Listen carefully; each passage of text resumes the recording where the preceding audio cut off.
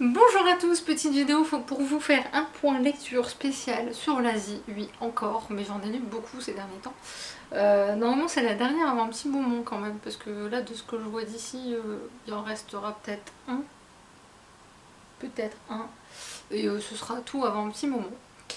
Petite info avant, je suis ravie d'entendre ce petit bip sur cette caméra que j'avais pas entendu depuis très longtemps. Apparemment ma caméra a décidé de changer les paramètres toute seule. Super. Aussi, autre info, je vous la donne pour ceux qui filment aussi. Vous savez que j'ai eu un problème de batterie. Sachez que je l'ai changé, oui, il était temps. Surtout que la marque que j'avais n'existe plus. Donc j'ai été obligée de trouver une alternative et il existe des batteries équivalentes qui fonctionnent extrêmement bien puisque j'ai réussi déjà à gagner 2 minutes rien qu'avec cette nouvelle batterie en plus. Maintenant je pense qu'elle a multiplié les problèmes, du coup je teste une autre solution.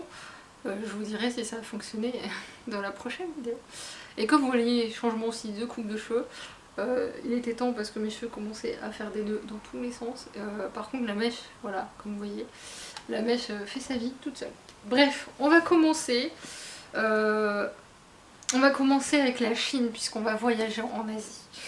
Avec Port-Brézé de Agneau aux éditions Delcourt dans la collection de littérature. Alors on va commencer par le résumé. Et je vais vous expliquer le problème que j'ai avec ce livre. Un matin d'automne, Jia, cette charmante dame, retrouve son mari mort dans la baignoire de la salle de bain, dans une position très étrange. Et surtout, elle trouve sur le lavabo un dessin énigmatique d'un homme poisson fait par son mari. Et étonnamment, ce qui va le plus choquer, enfin ça donne cette impression là, c'est que sur le coup elle est effectivement choquée par la mort de son mari, mais c'est cette image de l'homme poisson dessinée qui va l'obséder littéralement. C'est-à-dire que ça va tellement l'obséder qu'elle va se retrouver, pour X ou Y raison que je vous laisserai découvrir si vous lisez, elle va se retrouver au Tibet. Et on se dit le parcours va être hyper intéressant. Le début de l'histoire est tellement atypique que ça intrigue, ça attire forcément. Vous savez que j'adore ce genre de livre avec un début un petit peu barré et un peu glauque aussi, il faut dire ce qui est. Et en fait, entre temps, avant qu'elle se retrouve au Tibet, elle va retourner au bar où elle allait avec son mari et elle va faire connaissance avec le barman. Et est-ce que je peux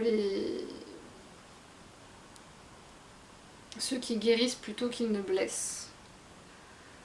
J'ai pas vu ça comme ça, honnêtement. Voilà, bref, vous avez une idée un peu de ça. J'en ai lu, je me souviens, il est sorti en 2020, j'en ai lu énormément de bien, de positifs, etc. Et je me suis dit, allez vas-y, de toute façon t'aimes bien les littératures asiatiques, ça fait toujours mouche avec toi. Et le titre est très intriguant, Port-Brézé. Pourquoi Port-Brézé? Allez savoir. Et en fait, quand j'ai vu la 4ème de couve et que j'ai vu qu'ils comparaient ça, ça leur rappelait en tout cas les romans de Murakami, je me suis dit logiquement, voilà. Sauf que les rares fois où j'ai vu des livres en 4ème de couve inscrits que ça leur rappelait les grands romans de Murakami, je me dis là, ça n'a jamais matché avec moi. C'est parce que justement vous me mettez l'image de Murakami, des livres que j'ai pu lire de lui, j'en ai lu une bonne partie, j'en ai encore une bonne partie à lire, et j'en ai encore que j'ai pas acheté.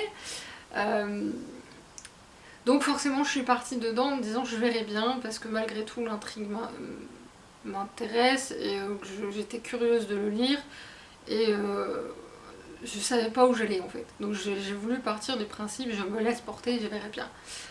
Au début ça allait, mais il y a un truc qui... Je me dis, je sais pas, il y a un truc qui me gêne dans ce livre. Déjà, en fait j'ai l'impression que les personnages manquaient de profondeur. Je trouve sincèrement qu'ils ont tous manqué de profondeur.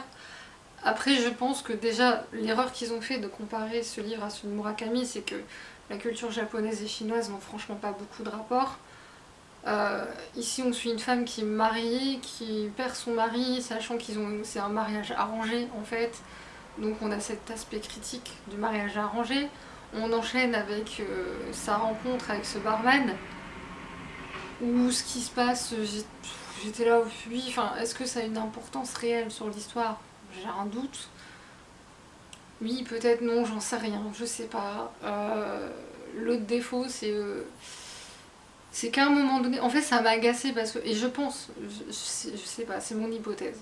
Je pense que l'autrice a voulu faire un roman qui critique la culture chinoise, sauf qu'il y a la censure aussi. Et que entre les deux, elle a dû faire un choix. Et du coup, il y a des moments, elle a commencé la critique, elle s'arrêtait brutalement, en fait, à chaque fois. Je me dis, mais c'est dommage, tu commençais un truc intéressant, va au bout, en fait. Assume ton point de vue. À un moment donné, Jia se retrouve à faire, parce qu'elle est peintre à l'origine, elle a arrêté sa carrière, enfin, elle a même pas commencé sa carrière parce qu'elle a rencontré son mari. Et une fois son mari décédé, elle va se remettre à la peinture. Elle rencontre une actrice chinoise qui a une carrière un peu en suspens.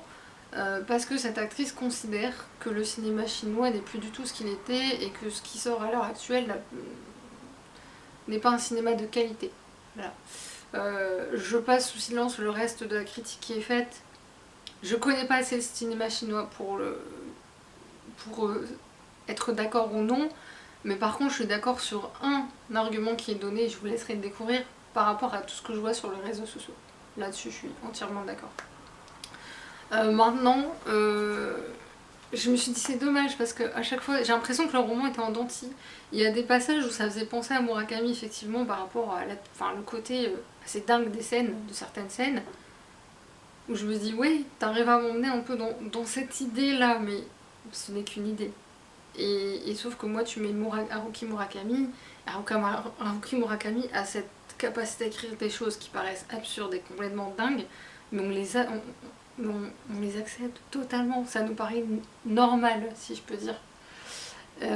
Sauf qu'ici ça marche moyennement, et je pense que le fait que c'est la différence là aussi, c'est que Murakami, ses personnages sont hyper travaillés, ils sont très profonds, il y a quelque chose de très dense, de très réel, que là je l'ai pas ressenti dans ce roman là, et je sais pas, il m'a manqué un truc, et j'ai pas compris le rapport entre le titre et le roman.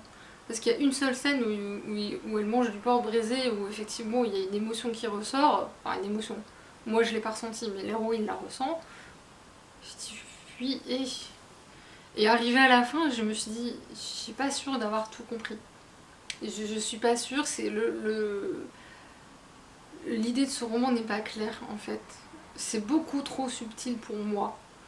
Et le fait est que j'ai juste l'impression de quelque chose de très, très décousu, de très...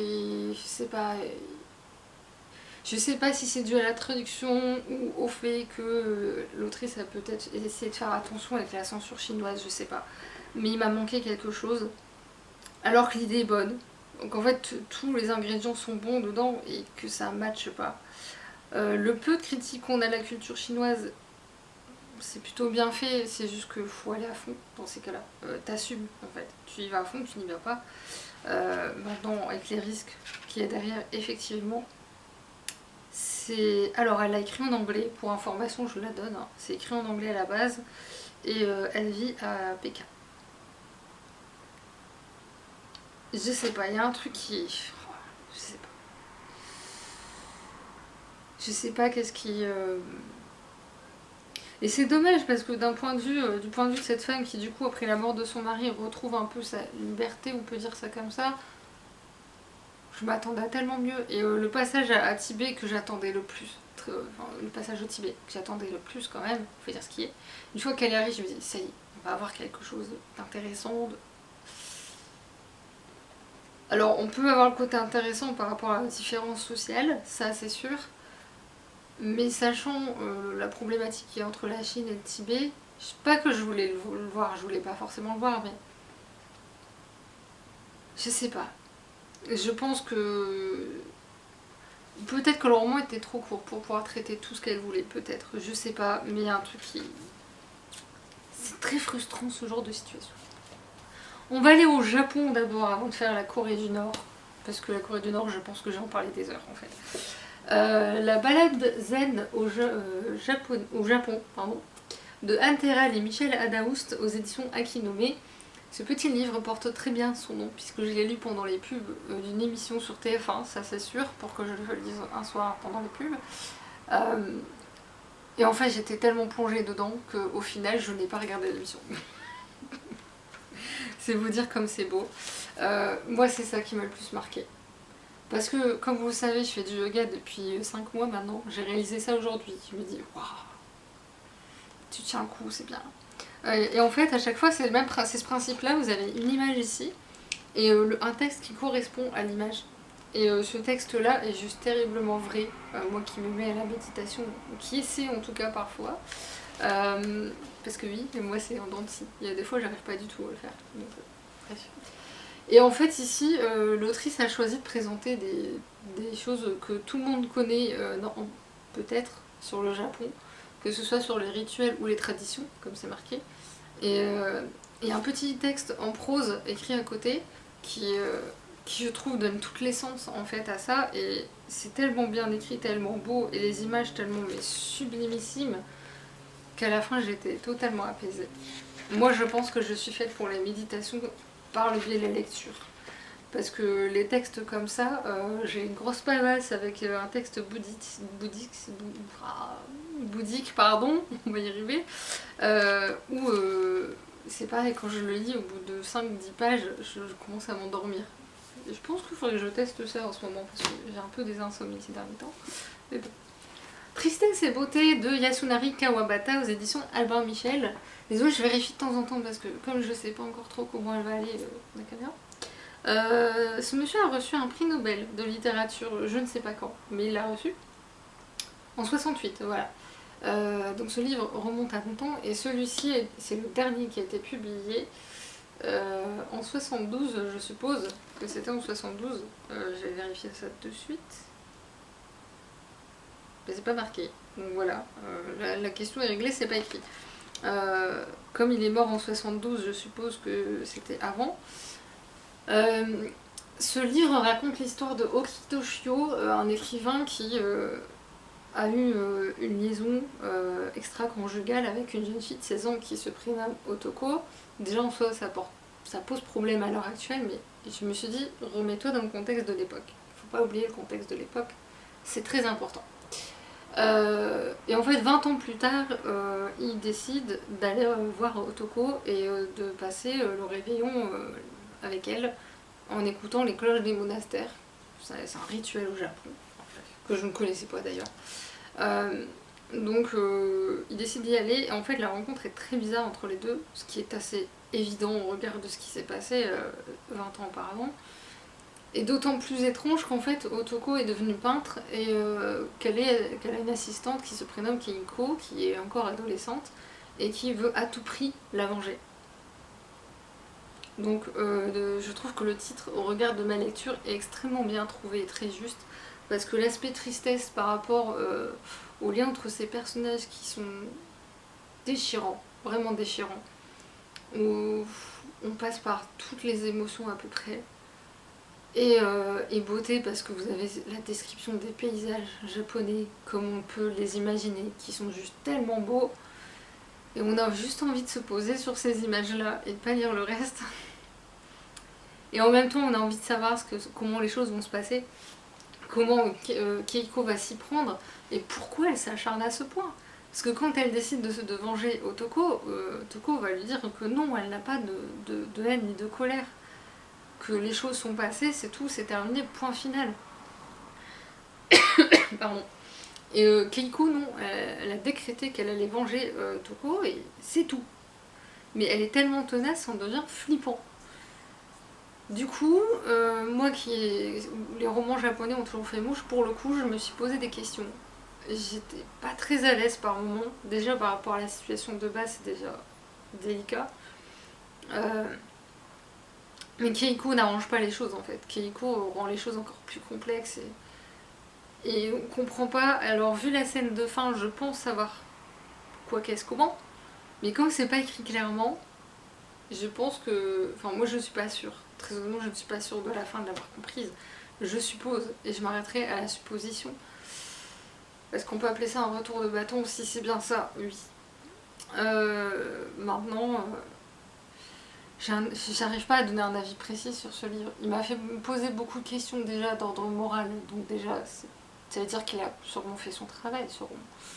Maintenant, je n'oublie pas qu'il m'a quand même mise mal à l'aise, d'autant que j'ai fait une recherche sur l'auteur, pourquoi je sais pas. Mais du coup, je devais sentir quelque chose, ça c'est sûr.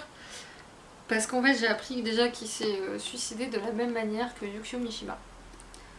Et que les deux se connaissaient et avaient une correspondance pendant de nombreuses années. Alors je pense que ça a dû influencer forcément le travail de l'auteur. Et, et peut-être que ce livre cache quelque chose d'autre que j'ai pas perçu, peut-être parce que je connais pas assez le travail de l'auteur, que je connais peut-être pas assez sa vie. Et peut-être c'est pour ça que il y a un truc, voilà, il y a un truc qui s'est passé dans ce livre, et je me suis dit, j'ai cette forme de malaise que je ressens, et en même temps il y a une explication, forcément une explication, mais que j'ai pas saisie. Voilà, c'est ce que je retiendrai.